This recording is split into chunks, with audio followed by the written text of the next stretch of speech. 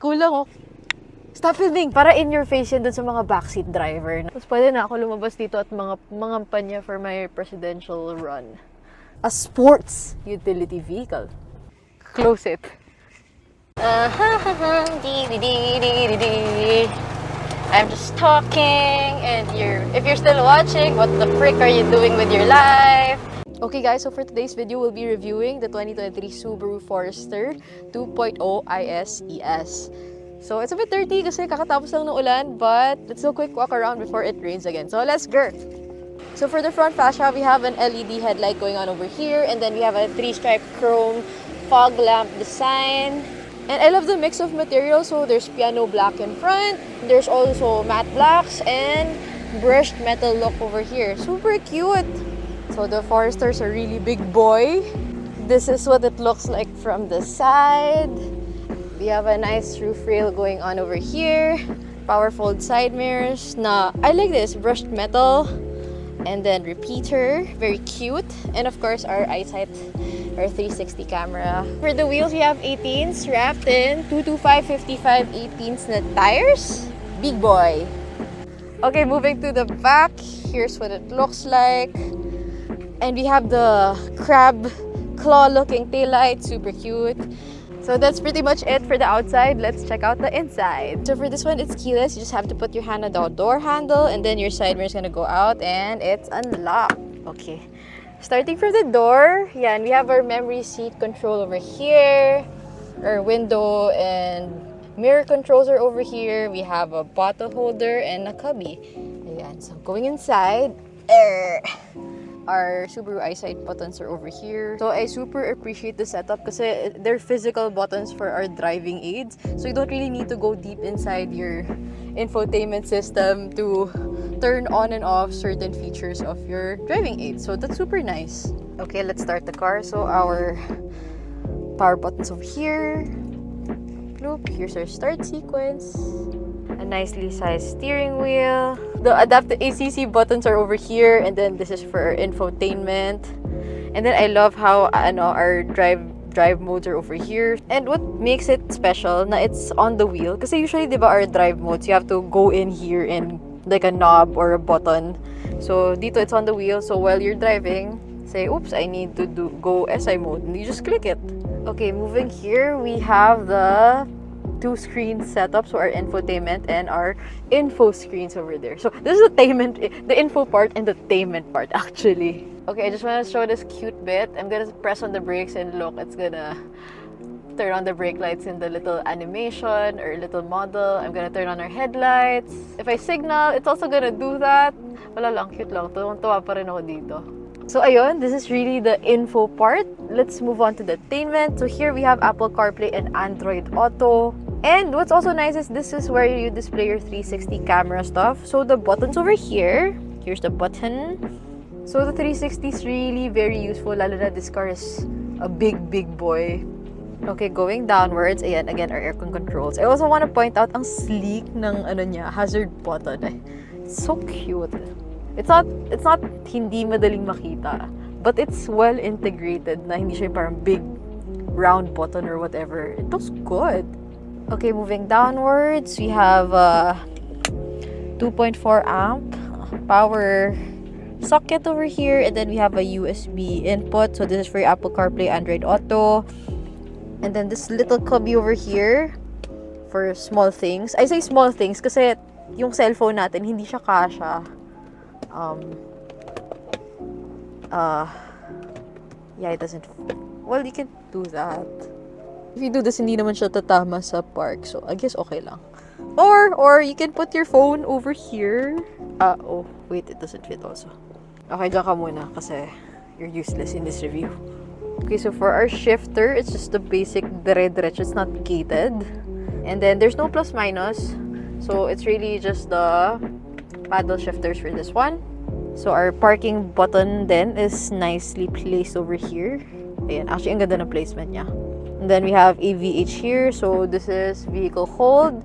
We also get 2 really nicely sized cup holders, and then our little cubby over here. And then for our armrest, let's open it up. So we have another power socket over here. And then it comes with this little tray with more coin holders. So, kung sobrang daming barya, pwede rin siya dito. So, it doesn't clink and clank as you drive. So, that's nice. Anyways, moving to the top part. Here in front, we have our sunglasses case. So, actually, dito muna to. Medyo masakit yung ulo ko sa sunglasses ko. Remind me to not forget this, guys. So, papasa ba to sa makeup test? May ilaw siya. Pwede mag-makeup. So, let's check out the buttons on top. So, we have our lane keep assist over here. And our pre-collision braking. And then, I think this is my favorite part about the Forester is we actually get a really, really, really, really big sunroof. There. So the controls are over here. You can just do that. Super easy. Tapos pwede na ako lumabas dito at mga panya for my presidential run. Wait, okay, let's close it. On the passenger side, we get the normal sized glove box and very ample space. And ayan, luwag, very nice, comfy si passenger for sure. Okay, so let's move to the second row na. And okay, second row time. So, the first thing you'll notice is the door actually opens really, really wide. Look at that, that's almost 90. And here we have our crash side impact post thing that goes all the way over here. So this stiffens it in case of impact. Now going inside, it's easy to get in. It's super luwag. I mean, look at the headroom right off the bat. Ayan. This much headroom. So with my normal seating position, this is how much space I have. This is how much knee space I have. Okay, so for the second row, we can also adjust the recline. So it can be super upright like this. And then I can just pull this tab over here, this black tab, and recline it. Okay, so for the people at the back, you get a bottle holder for each side. We also get this nice armrest. Ayan. Oh, piano black trim for the cup holders. Interesting. Oh. And here we get 2 aircon vents for our friends at the back and 2 USB ports to charge your phones. So yeah, it's really spacious. I can actually lie down flat din dito sa second row, sort of. So for the Forester, we also get this basic dome light sa likod. Okay, I think we can move on to the back na. Let's go! Okay, now moving on to the rear. This is my favorite part. We actually get a power tailgate.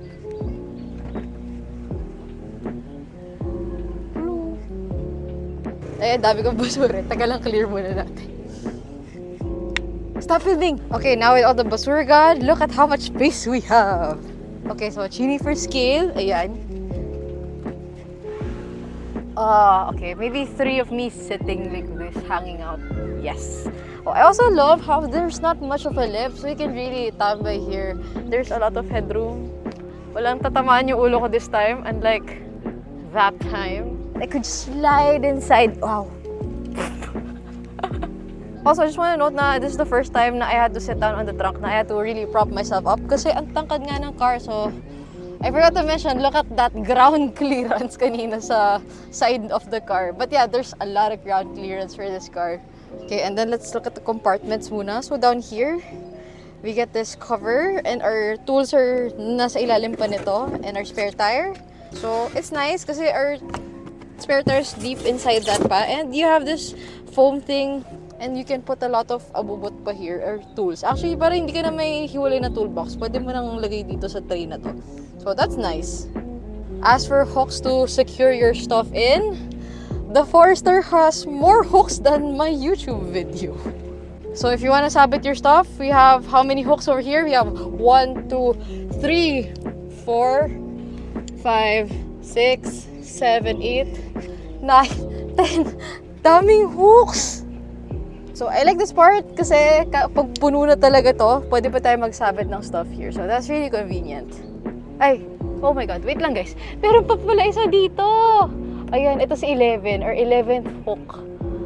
Also, if you guys are like me and you have a lot of devices to charge, meron pa tayo sa pang power socket dito sa likod. Okay, and one feature I'm really thankful for when a car has this is pag madali ibaba yung second row. So for this one specifically, so we have this lever over here and this will fold down our seats. Okay, so watch me change the configuration of this super quick, super fast. So my one hand is on the camera and here's my free hand. We're just gonna put our finger over here, tap on the lever, and bam! And then on the other side, bam! And again, with the same hand, I just pull over here to remove the tonneau cover, and then we can put that aside. This is how much space we get. Ayan, me for scale. Ayan, dito ako pasok. So, this is how much space you have pag fold flat. Actually, makakahiga ka na dito. So, maluwag, maybe 3, 4, 5 chinis na patong-patong. Okay, now again, with one hand, let's put it back into 5-seater mode. So, you just grab your tonneau cover, slide it in. There we go. And then moving to the sides, let's put the seats back up. So, maganda kasi hindi naiipit yung seat belts kasi there's a guide over here. So, we just put it up with just one hand again. And same goes for the other one. Ayan. Oop. So, one-handed operation. You can configure it all. Super easy. And if you're wondering kung may ipit ka ba ng auto tailgate, hindi naman. Look here. Ayan. So, it's safe. Now, onto the engine. At first, I thought it was a gas strut. But, if you go over here, saan yung... So, at first, I thought it was a gas strut. Pero, where are they? Wala naman pala. So, akala ko gas strut siya. Yung pala, magaan lang talaga yung hood. So, under this very light bonnet, we have a 2-liter boxer engine. As you can see, it sits really low. Ayan. So, as you can see, our ECUs over here, our brake fluid, our oil filter, our belts are over here. Easy to reach. Basta huwag lang yung spark plugs kasi mahirap dukutin pa rin. Crucial to sa review, take note, magaan yung hood. Also the doors, ayan, let's open it. If I want to momentum it shut, kulang kasi paggaan din yung door, so I really have to close it. So the doors are so light, the steps are stopping it from closing. Ayan. So the light stop, remember that? Crucial yan sa driving review natin. Okay guys, so that's it for the walk around. Let's move on to the driving part. Let's go! Init, finally aircon time. Let's go! Okay guys, before we get on to the driving bit, if you like this video, like, comment, subscribe, or you can follow us on our other socials. We're on Instagram, Facebook, and TikTok. So, ayan na, driving part na. Let's go! First things first, for seating position. Surprisingly, for this very, very tall car, big car, the seating position, it's not a sit on it type of seating, it's sit in it. So, ano siya, sporty vibes. The way the seat bolsters is just right. It gives you enough confidence without it being cumbersome to get in and out of. So you get power seats with memory, and the steering wheel is tilt and telescopic, so it's easy to dial in your ideal driving position. The steering is amply weighted and it gives you enough road feedback. The steering ratio is not that quick, but it's to be expected for a car of this nature. Now onto the power. So at first we thought this car would be slow kasi it's a 2-liter. Tapos it's non-turbo, and it's so big pa. But, it actually drives lighter than it looks. Kasi, it's actually lighter than it looks. I mean, would you believe na this car is only around 1,500 kilograms? Ayan, callback tayo sa part when I said na the hoods, maraming hood. So, the 2-liter boxer engine is actually enough. It's way peppier than I initially expected. Though, caveat, the engine behaves similar to that of the old BRZ. Which isn't much of a shocker kasi it's also a naturally aspirated 2-liter boxer engine. I sort of understand naman where people are coming from when they say that the Subaru Forester's engine is a bit underwhelming. And that's because power really only comes after 4,000 RPM. So just like with the FA20 BRZ, people who say it's slow and sluggish are just the people who don't know how to keep it on the power band. Ganun lang din dito sa new Forester. So if you need to get going, you really need to keep the engine at above 4,000 RPMs to keep it in the power band. Also, pleasant surprise, despite this being a 2-liter boxer engine, the fuel consumption isn't actually bad. The trip computer actually tells us that we did 11.3 liters per 100 kilometer.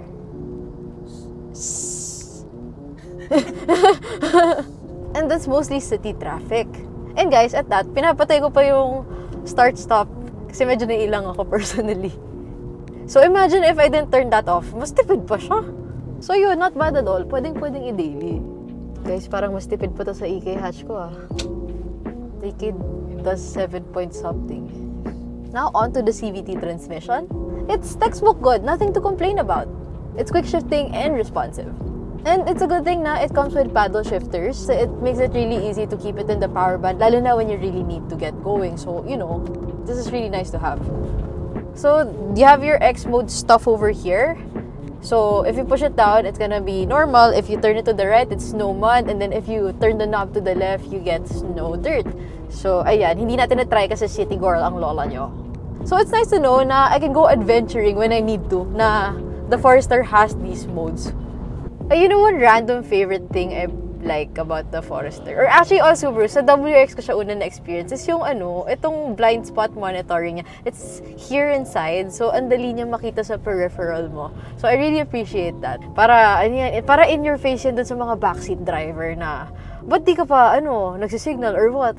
Na there's someone in my blind spot nga, kaya hindi pa ako nag-change lane. So, ayan, nakikita rin ni backseat driver na may yellow light dito sa side mirror. So, ayan, they should know na.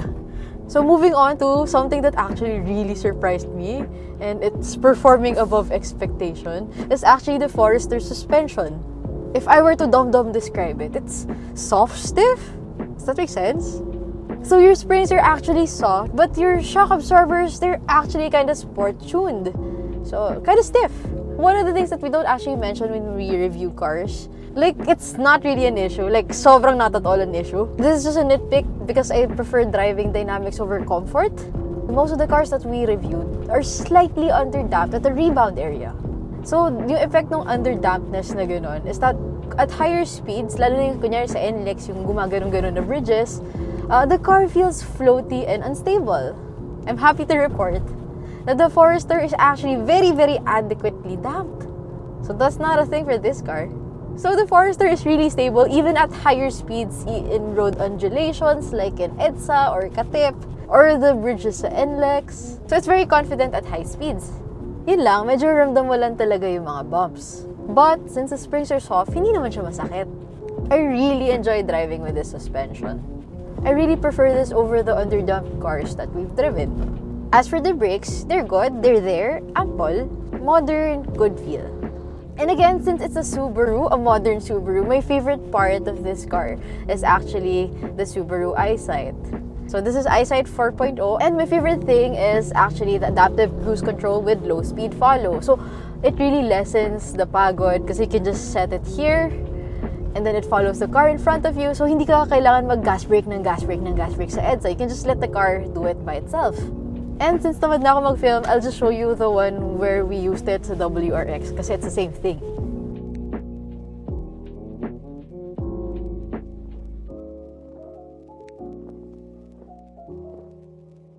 I forgot to mention pala, I also appreciate, kasi galing tayo sa WRX, di ba yung ang taas ng transmission tunnel, since this is a tall boy, ayan, mas mababa siya, so hindi siya as deep, and I was hoping na mas malaking cubby pero hindi pa rin, but at least it's not sobrang deep inside yung transmission. Pati yung bump dito sa transmission tunnel sa likod, hindi rin malaki. So, all the more low center of gravity kasi even your drivetrain's mababa. Now, I know this car is classified as a crossover, pero in the sense of the word, for me it's an SUV a sports utility vehicle. So it's a Subaru that's more geared towards complementing your other hobbies or letting you live life. Yun ang vibe niya. So if you're into hiking and you want to explore, or you got your surfboard or wakeboard, you can put it up there. You can put a bike rack sa likod. Pwede ka magsaksak ng tent or ng awning sa taas. That's the vibe eh. So it's a Subaru that lets you do the things that you want to do. Even in their utility car, it's still something a driving enthusiast would appreciate. So, your enjoyment, hindi lang siya sa destination eh. Kasi even the going there, even the commute, the drive there, it's gonna be fun eh. So, even if you encounter some twisty, some togi roads on the way, The signature low center of gravity boxer engine allows for even this big chungus of a car to corner really flat and handle well. So for this car to do its job, it really need not drive this well, and it would still sell. But I'm glad that Subaru still decided to put this cherry on top, that the Subaru Forester still drives very well. So anyways, yun lang. Ito to. Ano ba, hindi ko na maabot? Luwag kasi. Ang ganda talaga ng lighting pag may sunroof. Tignan mo, ganda ng lighting ng vlog na to. I wish all cars had sunroofs. Before I forget.